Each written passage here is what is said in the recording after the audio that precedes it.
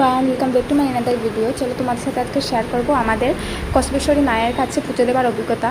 তো প্রতিবারের মতো এবারও আমি আলতা পরাটা ভুলে গেছি আর আমার নপুর পরাটাও ভুলে গেছি। তারপর আমার হাজব্যান্ড আমাকে পরিয়ে দিচ্ছে এবং আমরা বেরিয়ে পড়ি 10টা নাগাদ, কারণ পুজো দেওয়ার একটা তাড়া ছিল। আর আমি মনে করি পুজোটা যত তাড়াতাড়ি সম্ভব দেওয়াটাই উচিত। আর তারপর আমরা গিয়ে ওইটা হচ্ছে ওইখানকার যে দিঘি, যেটা কমলাসাগর নামে বিশেষ করে প্রসিদ্ধ, ওইটার জল নাকি মাথায় ছোঁয়ালে মানে মানুষের যে কষ্ট, রোগ ব্যাধি সব দূরে সরে যায়। তারপর আমরা পুজো সামগ্রীগুলো ওইখানকার দোকান থেকে কিনে নেই।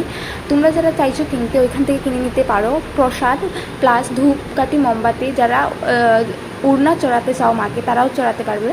তো এখানে আমি লাইনে দাঁড়িয়ে পড়ি।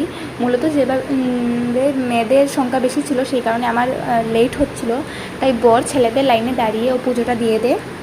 তারপর পুজো শেষ করে আমরা মন্দিরটাকে পরিক্রমা করে চরণামৃত গ্রহণ করে মায়ের সামনে চলে যাই মাকে প্রণাম করার জন্য।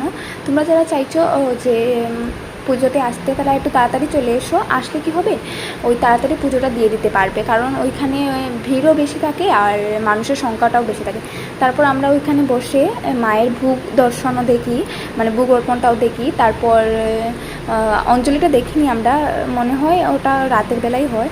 তোমরা যারা চাইছো প্রসাদ গ্রহণ করতে, তারা একটু তাড়াতাড়ি চলে আসবে। 9টা থেকে এখানে যে টিকিটটা আছে টুকন, ওইটা বুকিং চলে। ওইটা 100 টাকা করে, মানে যে টিকিটটা ওইটার দাম 100 টাকা। আর এটা মূলত 9টা থেকে মানে শুরু হয় ওই যে বুকিংটা। তারপর 2টো থেকে বা 2:30 থেকে সামথিং প্রসাদ বিতরণ শুরু হয়ে যায়। তারপর আমরা অনেকক্ষণ বসি, আর এনভায়রনমেন্টটাও ছিল অন্যরকম।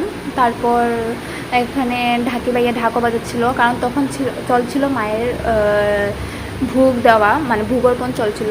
আর শোনা যায় এই মন্দির নাকি তখনকার রাজা, মানে 15শো শতাব্দীর যে রাজা ছিলেন ধন্যমাণিক্য, উনি প্রতিষ্ঠিতা করেছিলেন। তো প্রথমে উনি মা দুর্গাকেই প্রতিষ্ঠা করেন, কিন্তু পরে দেখা যায় মায়ের চরণে, মানে পদদেশে বাবা মহেশ্বর থাকায় স্থানীয় মানে যে ভক্ত ছিলেন, ওনাদের অনুমতিতে পরে মাকে কালী রূপে পূজা করা হয় এবং নাম দেওয়া হয় কসবেশ্বরী বা কসবা কালী। তো সেখানে আবার ওই রাজা আবার ওইখানে একটা দিঘি খনন করেন প্রজাদের, শুনেছিল 2টা কারণে খনন করেন। প্রজাদের জলের যে প্রবলেম, সেটাকে সলভ করার জন্য, আর ওনার যে স্ত্রী মানে ওয়াইফ, ওনার নামে এটাকে মানে খনন করেন, কিন্তু ওটাতে জল উঠেনি। তারপর নাকি ওনার যে স্ত্রী মানে কমলা দেবী, ওনার নাম কমলা দেবী, সেই অনুযায়ী ওনার নামকরণ করা হয়। তাই কমলা দেবী নাকি স্বপ্নাদেশ পান যে উনি খনন করার পরেই নাকি জল উঠবে, সেই কারণে জল মানে উনি খনন করেন কোদাল দিয়ে, তারপর নাকি জল উঠে।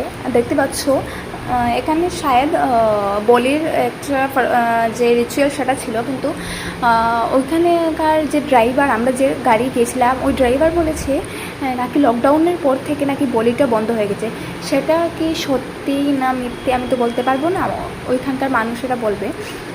কারণ আমি তো বিশেষভাবে জানি না, আমার ফ্যামিলির মানুষের কাছ থেকে এবং ওইখানের যে মানুষ ছিল চেনা জানা, ওনারা এইভাবেই বলেছে। আর তোমরা যারা জানো ওই মন্দিরের ব্যাপারে, তোমরা প্লিজ আমাকে কমেন্ট করে বলে দিও, কারণ ভুল তো মানুষেরই হয় আর আমি তো তেমন জানি না। তো সেই কারণে তোমরা যারা পুজো দিতে চাইছো ডেফিনেটলি যেতে পারো, অনেক ভালো একটা এনভায়রনমেন্ট। শুনেছি এখানে আসলে নাকি ওই যে দিঘির জলটা নাকি অনেক মানুষের প্রবলেমও সলভ করেছে, ওইখানকার মানুষ অনেক মানতও করে।